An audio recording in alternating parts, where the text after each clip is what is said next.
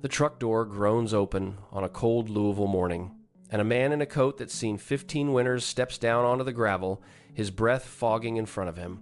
His name is Wendell, 68 years old, retired, and if you asked anyone on his street, they'd tell you the same thing, that he's a nice enough guy who's probably counting every dollar just to get by. They're wrong. Behind that faded coat and that 12-year-old pickup sits a portfolio worth $2.4 million, untouched, quietly growing. And here's what I want you to sit with for the next few minutes. Wendell isn't broke. He's not pretending to be humble. He is working deliberately, carefully, every single day to look like a man who has almost nothing. The neighbor who just waved at him with that little flicker of pity, that's exactly the reaction Wendell wants. So why on earth would someone with that much money go to such lengths to appear like he has so little? I've been around money and the people who hold it for a long time. And I'll tell you something, I've seen this more times than you'd guess. The quietly wealthy almost never look the part. It's almost never an accident, and it is almost never what you think it is. There are 5 reasons a man like Wendell will take his real number to the grave before he lets the neighborhood find out. 5 reasons that, once you understand them, will change how you read every ordinary person you pass. Let's start with the one that costs people the most. Before we get to the first reason, I need to clear something up, because if you're picturing a cheapskate, a miser, someone too stingy to enjoy what he built, you've got the wrong man entirely. Wendell eats well, he travels when he wants to, his grandkids' college funds are handled. This isn't about denying himself a thing.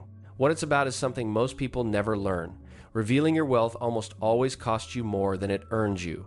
Think about that. When you tell someone what you have, what do you actually get back? A moment of being impressed, a flicker of respect that fades by dinner. And in exchange, you hand over something you can never fully take back. You change permanently how every person in that room sees you and treats you.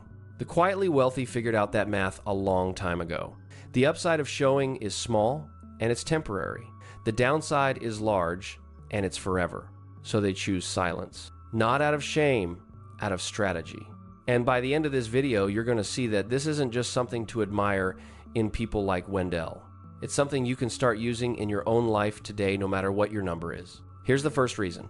The first reason Wendell keeps his money invisible is the one that surprises people most, because it's not about money at all, it's about the people he loves. Here's a truth that's hard to hear. The moment people learn your real number, your relationships change. Every single one of them. Not because your friends and family are bad people, but because they're human. Wendell learned this the hard way. Years ago, at a family dinner, he'd had a good year, a really good year. And for one warm, loose moment over coffee, he almost said it out loud, almost told his brother-in-law exactly how well things had gone. Something stopped him. Call it instinct. He changed the subject, and the number stayed his. He spent the years since being quietly grateful he did, because he's watched what happens to other people when the number gets out. The brother-in-law who starts floating opportunities. The old college friend who reappears after a decade with a business plan and a warm handshake. The subtle shift at the holiday table where suddenly everyone's watching to see who picks up the check, and it's always assumed to be you.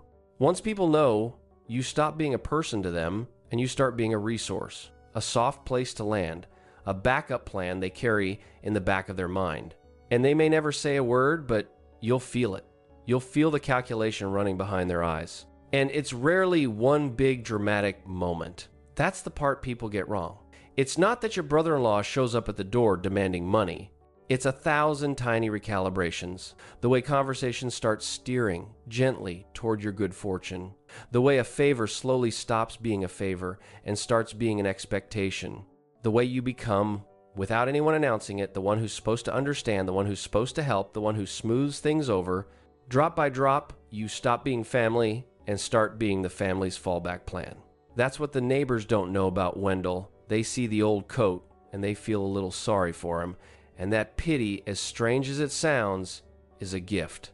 Because nobody is sizing him up. Nobody is waiting for the loan. Nobody's warmth toward him has a price tag attached to it. When his daughter calls just to talk, he knows with total certainty that she's calling for him. When a friend invites him fishing, it's because they like his company, not his balance sheet. He never has to wonder. He never has to run the math on whether someone's affection would survive them finding out he can't or won't fund their next idea. That certainty is something most wealthy people quietly lose the day their number gets out, and they never get it back. Think about the richest person you personally know, the one whose wealth is visible, and ask yourself honestly, do the people around them treat them like a person or like a bank machine with a pulse? Do they get invited for who they are or for what they might cover? Wendell decided a long time ago that he'd rather be underestimated by everyone than be a wallet to anyone. So the coat stays, the truck stays, and the number stays his, because the money bought him something rarer than anything money is supposed to buy: relationships that are actually his. People who love the man, not the account. That's the first reason. And it protects something you can't rebuild once it cracks. But the second reason is even more personal, because it's not about how others see him at all. It's about how he gets to feel when no one's watching. The second reason is quieter than the first, and in some ways, it's the one Wendell values most. Because the first reason protects his relationships, this one protects his mind. Here's something almost nobody tells you about wealth. The moment you show it, you become its prisoner. Picture the man who buys the big house, the new car in the driveway every 3 years, the watch, the boat. From the outside, he looks free. He's on a treadmill now, and he can never step off, because every one of those things is a promise he has to keep. The neighbors have seen the lifestyle. The friends expect the next upgrade. He has an image to maintain, and maintaining an image is a full-time, exhausting, endless job. Wendell never signed that contract. Because nobody knows where he stands, he's never once had to keep up with anyone. He's never lain awake wondering if his neighbor's new car means he's falling behind. He's never felt that hot little sting of comparison when someone mentions their cruise, their remodel, their grandchild's private school. He can't fall behind because he never entered the race. There's a specific kind of peace that comes from that, and it's hard to describe to someone who's never had it. It's the peace of not performing, of not being watched, of waking up and owing no one an impression. And I'll be honest with you here, I think this is the most underrated luxury on earth. We talk about wealthy people buying freedom, and we picture private jets and beach houses. But the real freedom, the kind that actually lets a man sleep at night, isn't the freedom to buy more. It's the freedom to not have to prove anything to anyone ever again. The person who shows their wealth spends the rest of their life defending a story. The person who hides it gets to just live. Wendell's silence isn't emptiness. People look at that quiet life and they assume there's nothing there, no ambition, no story, no shine. But that silence isn't a void. It's space. It's room to breathe that most people, rich and poor alike, never give themselves. He doesn't measure his year against anyone else's. He doesn't need the nod of approval from a room.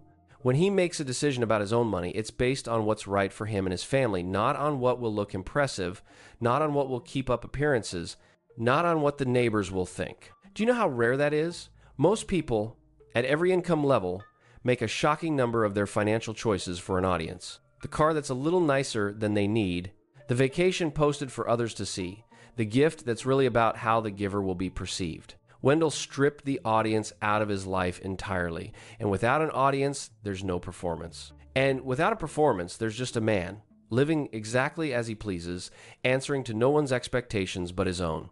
That's the second reason. It protects his peace. But the third reason is where the stakes get a lot higher, because this one isn't about comfort at all. It's about protection. The third reason is the one that turns quiet wealth from a preference into a shield. Because up to now, we've talked about relationships and peace of mind, nice things to protect. This one is about something harder: keeping yourself safe. Here's a fact the wealthy understand that most people don't. Visible money is a magnet, and it attracts exactly the kind of attention you never want. Think about who comes looking when word gets out that someone has real money. The scammers. First, and they are far more sophisticated than most people realize. The financial advisor who's suddenly very friendly. The investment that's too good to pass up, presented by someone who did their homework on exactly how much you might have to lose. The charity that isn't quite a charity. The long-lost relative with a hard luck story, timed a little too perfectly. Then come the quieter threats. The lawsuit that materializes because someone decided you look like you can pay. The people who start watching your house, your habits, your schedule. Wendell thinks about this more than his neighbors would ever guess. He remembers a phone call. A couple of years back, a smooth voice, a special opportunity, someone who seemed to know just a little too much about him. He hung up. But it stayed with him. And here's the thought that ran through his mind afterward, the one that confirmed everything he already believed. Imagine if half this town knew my real number. Imagine if it were common knowledge down at the diner, around the neighborhood, in the family, that Wendell was sitting on $2.4 million. That smooth voice on the phone wouldn't be a stranger taking a shot in the dark. It would be someone who'd heard. The people showing up at his door wouldn't be random. They'd be aimed. His old coat and his beat-up truck aren't just about avoiding envy or keeping the peace at dinner. They're armor. Every day he looks like a man with nothing is a day he's invisible to the people who prey on those with something. And I want to be clear, this isn't paranoia. This is pattern recognition. The people who lose fortunes late in life very often lose them not to bad markets, but to bad actors who found out they were worth targeting. Fraud aimed at older Americans costs them billions of dollars every single year, and the favorite targets are exactly the people who look like they have money to take. Wendell made himself a bad target on purpose. Why would a con artist spend weeks working an angle on the guy in the 15-year-old coat when the whole street is full of people flashing what they've got? Discretion isn't just polite. It's a real functioning layer of defense, maybe the most effective one he has, and it doesn't cost him a dime. There's a saying among people who've been around real money for a long time. The ones you need to worry about are never the ones you can see. The genuinely dangerous move quietly. And the smartest way to stay off their radar is to give them absolutely no reason to look your way.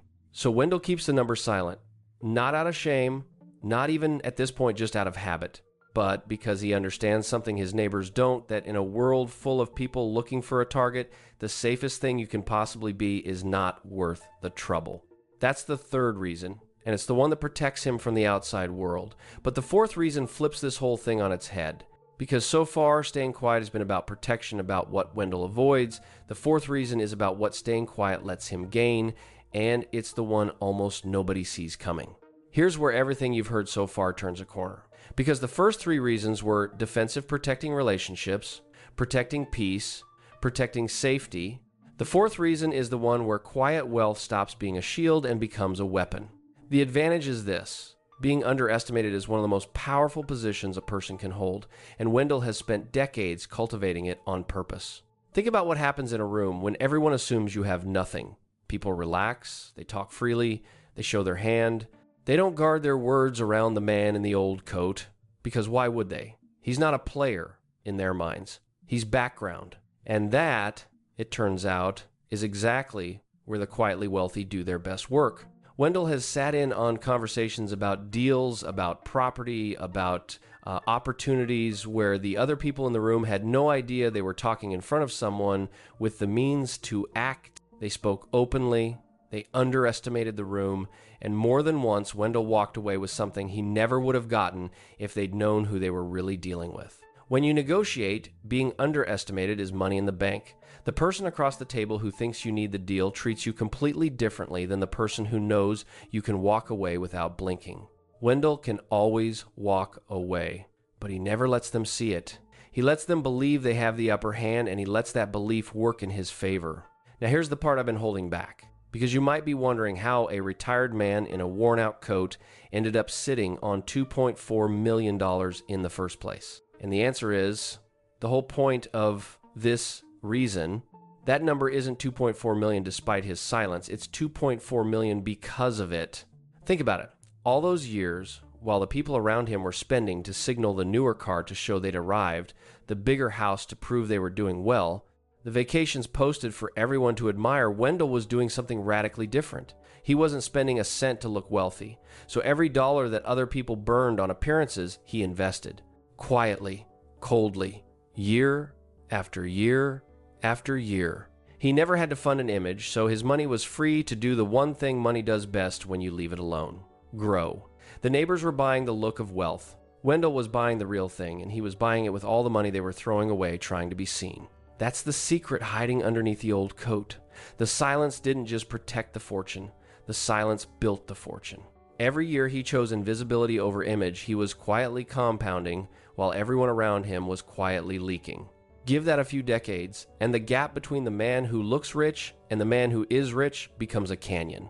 And here's what makes it almost unfair. Compounding rewards patience, but it rewards invisible patience most of all.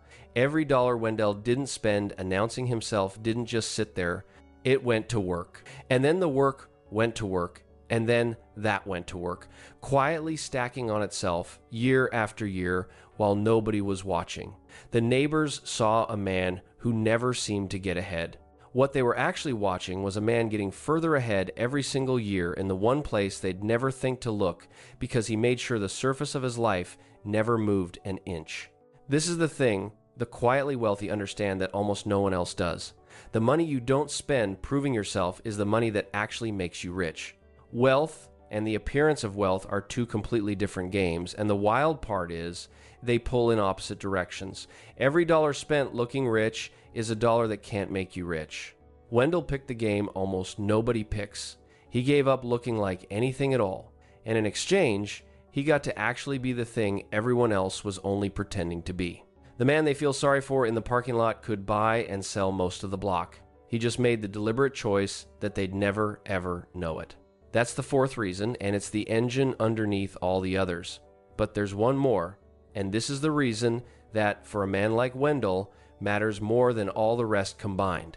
Because it's not about him at all, it's about what he leaves behind. The fifth reason is the one Wendell holds closest, and it took me a long time to fully understand it, because on the surface, it looks almost cruel. He keeps his real wealth hidden even from his own children. And when you first hear that, it sounds cold. Why would a man keep his own kids in the dark about what's waiting for them? But sit with it a moment and it becomes the most loving thing in this entire story. Wendell has watched what inherited money does when the heirs grow up, knowing. He's seen the kids who spent their whole lives aware of the safety net and who, because of it, never really learned to build anything of their own. Why work hard for something when you've always known a fortune is coming? Why develop the muscle of earning, of struggling, of figuring it out, when the rescue is guaranteed? He didn't want that for his children. So he made a decision most parents in his position never even consider. He let them grow up believing the family was ordinary, comfortable, but ordinary. He let them work summer jobs. He let them worry a little about money in their 20s. He let them build careers because they had to, not because it was a hobby. His kids became capable, grounded adults, people who know how to work, how to save, how to handle a setback precisely because they didn't know what was underneath them. He gave them the gift of needing to become strong before he ever told them they didn't have to be. This isn't distrust. Understand that. He doesn't hide the money because he thinks his children are greedy or foolish. He hides it because he loves them enough to let them build their own character first and to hand them the number only once they're the kind of people who can hold it without being ruined by it. And he's not planning to keep it from them forever. That's the part people miss.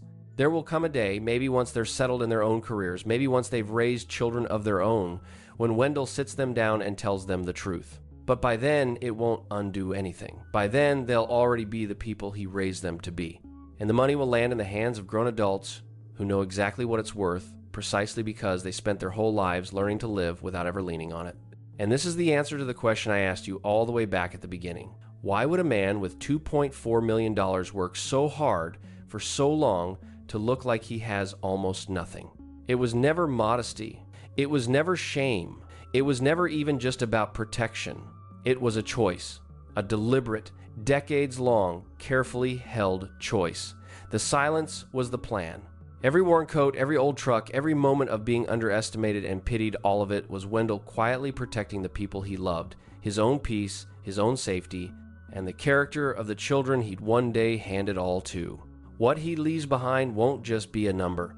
Numbers are easy. What he leaves behind is a family that knows how to stand on its own, relationships that were never poisoned by his balance sheet, and a lifetime of proof that the loudest thing about a person is almost never the truest. The wealth was never the point. How he carried it, that was the whole thing. That's the fifth reason, and it's the one that outlasts him. So here's the part that might surprise you. Everything Wendell did, you can do a version of it starting today. And you don't need $2.4 million to begin. You just need to stop performing, stop spending to be seen, stop handing strangers the one piece of information that changes how everyone treats you. Let people underestimate you, and let that be your advantage instead of your insecurity. Because that's the thing the quiet ones know. that nobody ever says out loud. The person who has nothing to prove is already free. If Wendell's story made you rethink someone you've quietly felt sorry for, do me a favor and leave a comment. I read them. And if you want more of the truth about how real wealth actually behaves, you know what to do.